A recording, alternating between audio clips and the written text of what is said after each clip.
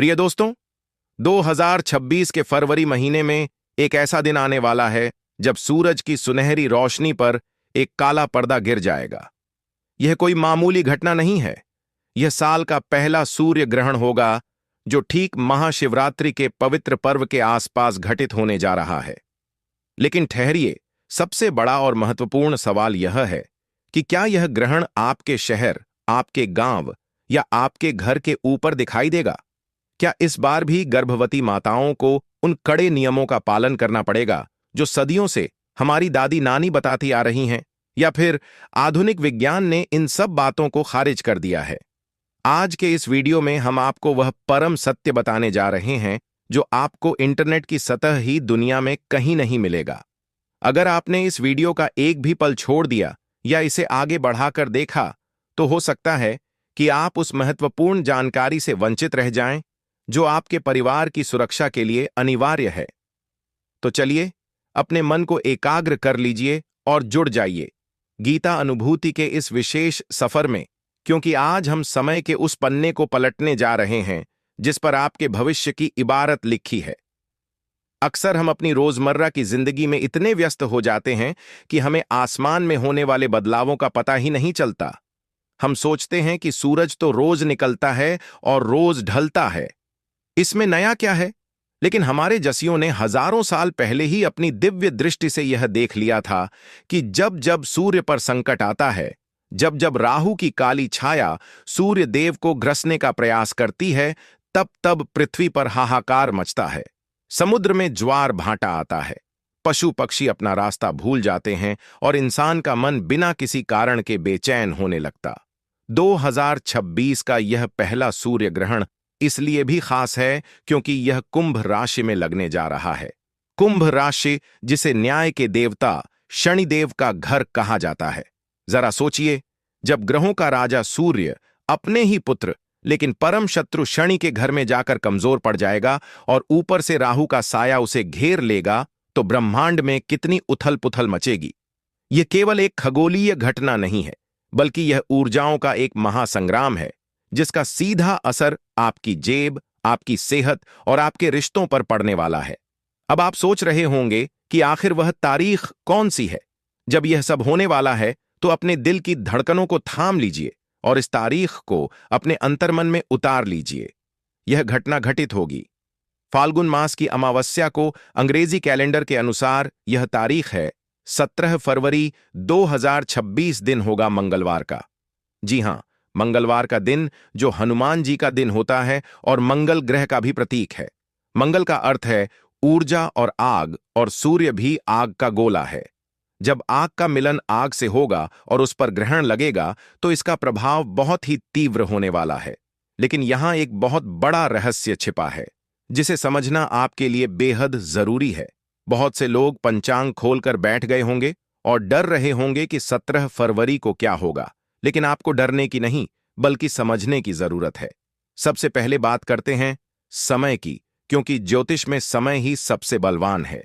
भारतीय समय अनुसार यह सूर्य ग्रहण 17 फरवरी की शाम को शुरू होगा, जब भारत के कई हिस्सों में सूरज ढलने की तैयारी कर रहा होगा या ढल चुका होगा। इसका स्पर्श काल और मोक्ष काल, यानी ग्रहण का शुरू होना और खत्म होना, एक लंबी अवधि तक चलेगा। यह एक वलयाकार सूर्य ग्रहण होगा। वलयाकार का मतलब है कि चंद्रमा सूरज के सामने तो आएगा, लेकिन वह सूरज को पूरी तरह ढक नहीं पाएगा। नतीजतन सूरज का बाहरी किनारा एक चमकती हुई अंगूठी की तरह दिखाई देगा, जिसे दुनिया रिंग ऑफ फायर के नाम से जानेगी। यह नजारा देखने में जितना अद्भुत होगा, इसका ज्योतिषीय प्रभाव उतना ही गहरा होगा।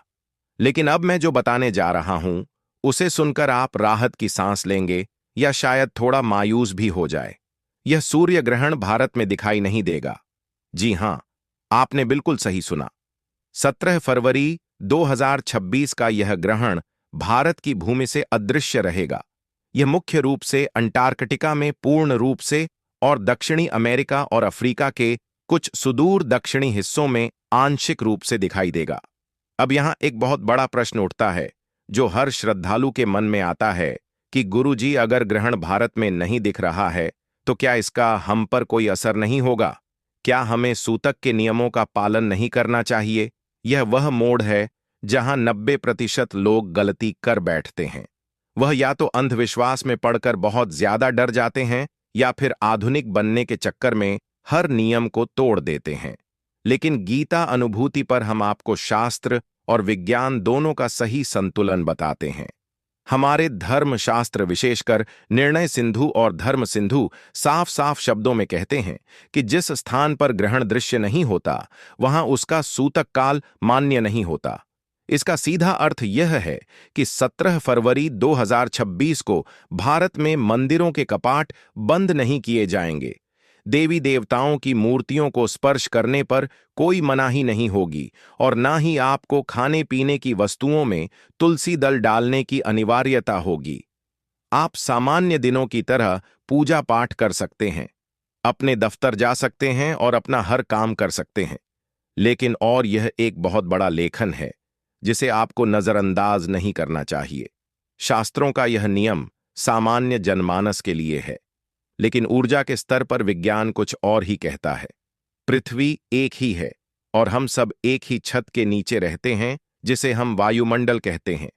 जब अंटार्कटिका में सूर्य पर ग्रहण लगेगा तो वहां से निकलने वाली नकारात्मक तरंगे, जिन्हें वैज्ञानिक भाषा में रेडिएशन में बदलाव कहा जा सकता है, वह पूरी पृथ्वी के वायुमंडल में कंपन पैदा करती हैं। यह ठीक वैसे ही है जैसे तालाब के एक कोने में पत्थर फेंकने पर लहरें दूसरे कोने तक पहुंचती हैं। भले ही पत्थर वहां ना गिरा हो, इसलिए जो लोग बहुत ज्यादा संवेदनशील हैं, जो बीमार हैं, बुजुर्ग हैं और सबसे महत्वपूर्ण जो हमारी गर्भवती माताएं और बहनें हैं, उन्हें इस दौरान थोड़ा सतर्क रहने की सलाह दी जाती है। यह डरने की बात नहीं है, यह एहतियात की बात है। जैसे हम बारिश ना होने पर भी बादल देखकर छाता साथ रख लेते हैं, वैसे ही ग्रहण ना दिखने पर भी हमें कुछ सावधानियां बरत लेनी चाहिए। गर्भवती महिलाओं के लिए यह समय विशेष ध्यान देने योग्य होता है। भले ही सूतक ना हो, लेकिन 17 फरवरी की शाम को जब ग्रहण अपने चरम पर हो तो गर्भवती महिलाओं को कोशिश करनी चाहिए कि वे घर से बाहर ना निकलें, विशेषकर खुले आसमान के नीचे जाने से बचें।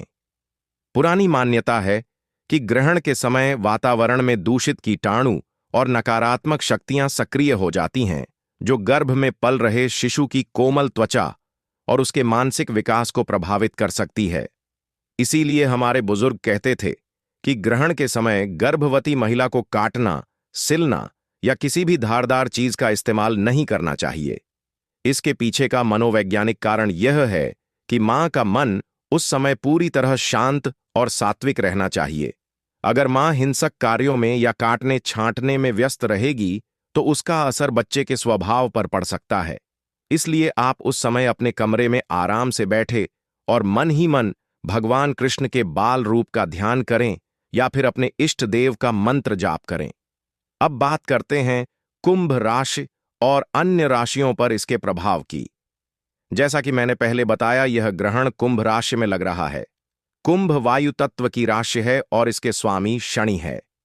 सूर्य और राहु का यह गठबंधन कुंभ राशि वालों के लिए मानसिक तनाव का कारण बन सकता है।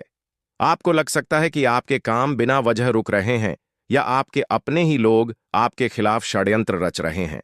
यह मतिभ्रम की स्थिति राहु पैदा करता है। राहु का काम ही है धुंध पैदा करना। आपको वह चीजें दिखेंगी जो असल में है ही नहीं। इसलिए 17 फरवरी के आसपास आप कोई भी बड़ा फैसला, जैसे जमीन खरीदना, नया व्यापार शुरू करना या किसी को बड़ा उधार देना, इन कामों को कुछ दिनों के लिए टाल दें तो बेहतर होगा। यह समय शांत रहकर तूफान के गुजर जाने का इंतजार करने का है। मेष राशि वालों के लिए यह ग्रहण 11वें भाव में होगा, जो लाभ का भाव है, लेकिन ग्रहण के कारण लाभ में देरी हो सकती है। वृषभ राशि वालों के लिए यह दशम भाव यानी कर्म भाव में होगा, जिससे कार्यस्थल पर बॉस के साथ अनबन हो सकती है। इसी तरह हर राशि पर इसका अलग अलग प्रभाव पड़ेगा, जिसके लिए हम एक अलग विस्तृत वीडियो बनाएंगे। लेकिन एक सामान्य उपाय जो हर राशि का व्यक्ति कर सकता है वह है सूर्य की उपासना।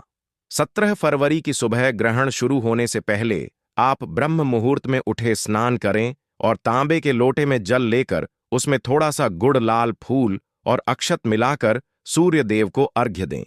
जल चढ़ाते समय अपनी दृष्टि गिरती हुई जल की धारा पर रखें और सूर्य देव से प्रार्थना करें कि हे जगत के स्वामी, मेरे और मेरे परिवार पर आने वाले हर संकट को आप अपनी किरणों से भस्म कर दें।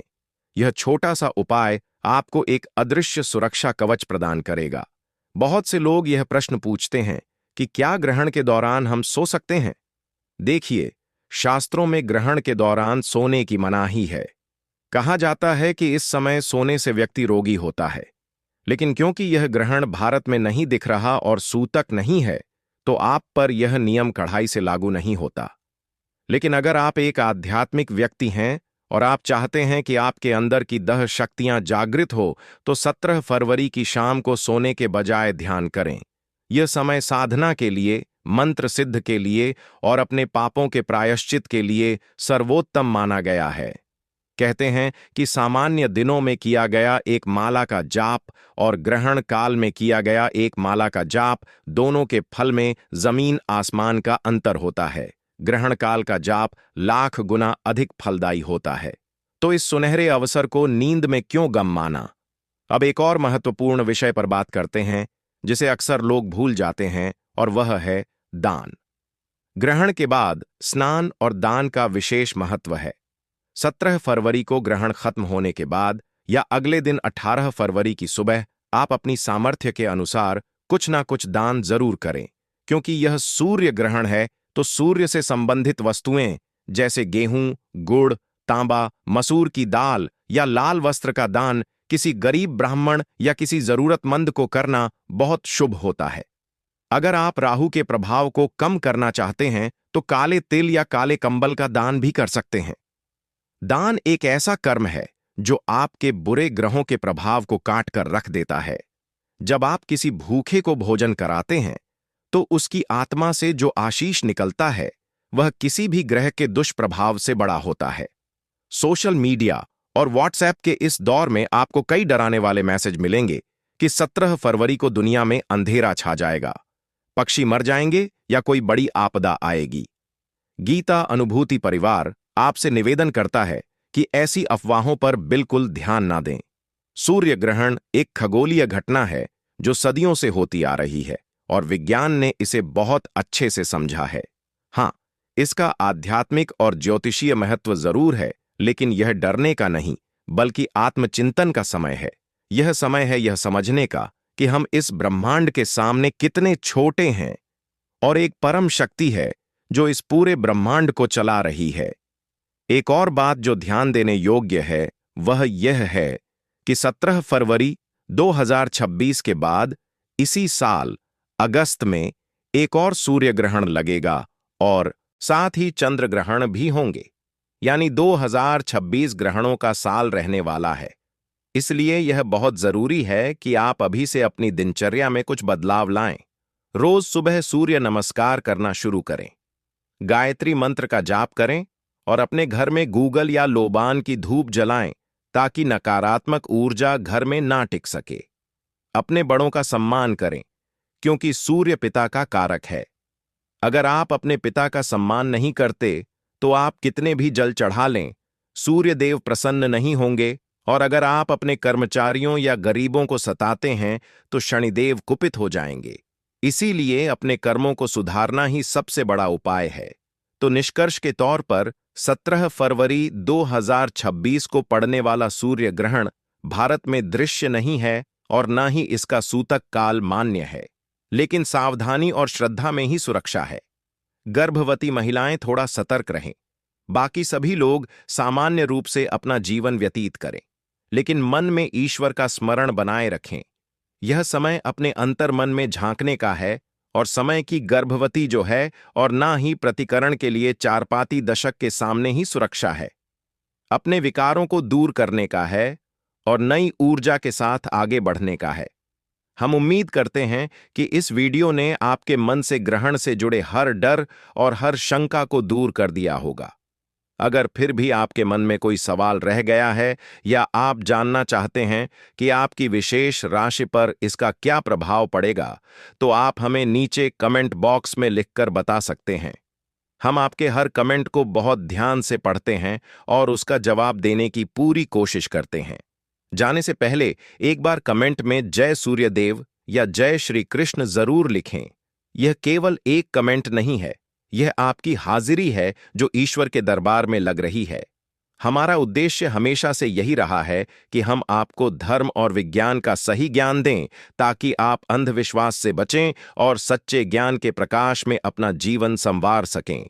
इस वीडियो को अपने परिवार के व्हाट्सएप ग्रुप्स में अपने मित्रों के साथ शेयर करना न भूलें, क्योंकि सही जानकारी बांटने से बढ़ती है और हो सकता है कि आपकी एक शेयर से किसी के मन का डर दूर हो जाए।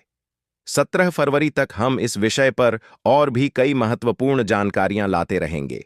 दोस्तों, आज रात से पूरे 72 वर्ष तक इन 6 राशियों पर धन लुटाएंगे स्वयं भगवान शनिदेव। जी हां दोस्तों, भगवान शनिदेव अब 12 राशियों में से इन 6 राशि वालों पर बहुत अधिक प्रसन्न हो गए हैं, जिससे अब इन 6 राशि वालों के जीवन में आने वाली है भगवान शनिदेव की कृपा से अपार खुशियां ही खुशियां। भगवान शनिदेव अब इन 6 राशि वालों के जीवन के सभी दुख, दर्द और कष्ट दूर करने वाले हैं, जिससे इन 6 राशि वालों का जीवन बदल जाएगा। जी हां दोस्तों, यह खुशनसीब और भाग्यशाली राशियां कौन कौन सी है जिन पर भगवान शनिदेव आज रात से पूरे 72 वर्ष तक धन की वर्षा करने वाले हैं, और यह राशि वाले अब होंगे धन से मालामाल। इस वीडियो में हम आपको उन्हीं खुशनसीब और भाग्यशाली राशियों के बारे में बताने वाले हैं, इसलिए आप लोग इस वीडियो को शुरू से लेकर अंत तक पूरा देखें, बिल्कुल भी इस वीडियो को आप मिस ना करें, क्योंकि यह वीडियो इन 6 राशि वालों के लिए बहुत ही महत्वपूर्ण रहने वाली है। दोस्तों, वीडियो को आगे शुरू करें। सबसे पहले भगवान शनिदेव जी के सच्चे भक्त द प्राचीन जानकारी चैनल की इस वीडियो को एक लाइक अवश्य कर दें और कमेंट बॉक्स में जय शनिदेव अवश्य लिख दें, जिससे भगवान शनिदेव जी का आशीर्वाद आपको सीधे प्राप्त हो सके। तो बात करते हैं उन खुशनसीब और भाग्यशाली राशियों के बारे में जिन पर भगवान शनिदेव अब पूरे 72 वर्ष तक धन लुटाने वाले हैं, और यह राशि वाले होंगे धन से मालामाल। चलिए शुरू करते हैं दोस्तों। जैसा कि आप सभी लोग जानते हैं कि हिंदू धर्म में काफी सारे देवी देवताओं की मान्यता है। आपको बता दें कि इन देवी देवताओं में से एक नाम भगवान शनिदेव का भी आता है। भगवान शनिदेव सर्वोच्च न्यायाधीश हैं और भगवान शनिदेव अनुचित कार्य करने वालों को समय पर दंड भी देते हैं।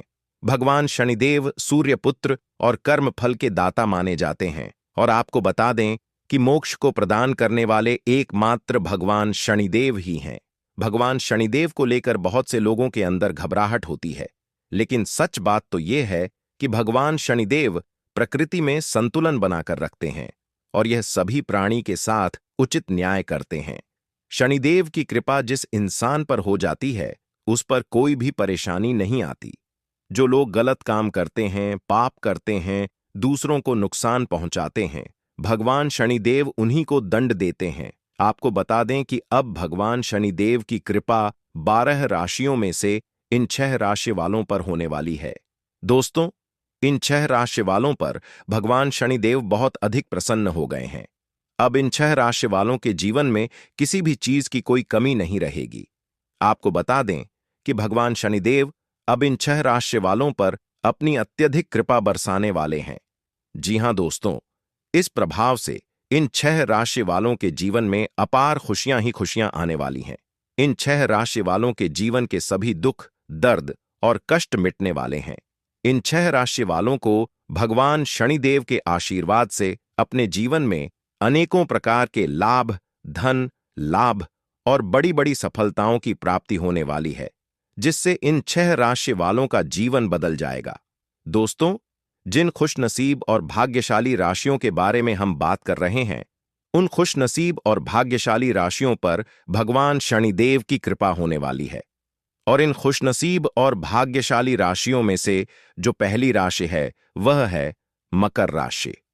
मकर राशि वालों को बता दें, भगवान शनिदेव की कृपा से आप लोगों के लिए समय बहुत ही अब अच्छा आने वाला है। जी हां दोस्तों, भगवान शनिदेव आपके ऊपर बेहद प्रसन्न है। आपके मान सम्मान और प्रतिष्ठा में वृद्धि होगी। मकर राशि वालों, जिसकी वजह से ही समाज में आपकी प्रशंसा की जाएगी। और आपको बता दें कि भगवान शनिदेव की कृपा से आपको अब सफलता के नए अवसर प्राप्त होने वाले हैं। इन अवसरों को प्राप्त करके आप अपने जीवन में आगे बढ़ेंगे। आपको बता दें, जो भी आपके रुके हुए कार्य थे, वे अब समय पर पूरे होने लगेंगे। आपको बता दें कि जो भी कार्य आप शुरू करना चाहते हैं, उस कार्य में आपको सफलता प्राप्त होगी। जी हाँ दोस्तों, भगवान शनिदेव के आशीर्वाद से मकर राशि वालों की आय के साधनों में वृद्धि होगी। जी हाँ दोस्तों, भगवान शनिदेव के आशीर्वाद से आपको धन लाभ प्राप्ति के अनेकों अवसर प्राप्त होंगे। आपके घर परिवार में खुशनुमा माहौल रहेगा। साथ ही साथ आपके कारोबार में वृद्धि होगी। सामाजिक क्षेत्रों में सफलता प्राप्त होगी। अचानक से धन लाभ प्राप्ति के योग बन रहे हैं। साथ ही साथ यदि आप नया वाहन या मकान खरीदने को ले